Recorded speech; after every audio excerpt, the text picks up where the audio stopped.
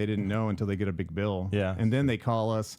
Unfortunately, if it's like a cold call, it's fine. We can get out there pretty quickly. But a lot of times we're forced to, if it's a lease, they have to call their leasing company. And so then the leasing company has to send us a work order because the leasing company owns it. So we can't just go for the customer. Right. So that's a really good point we need to hit on. So if you have a lease, you don't own that system. You obviously hopefully know that.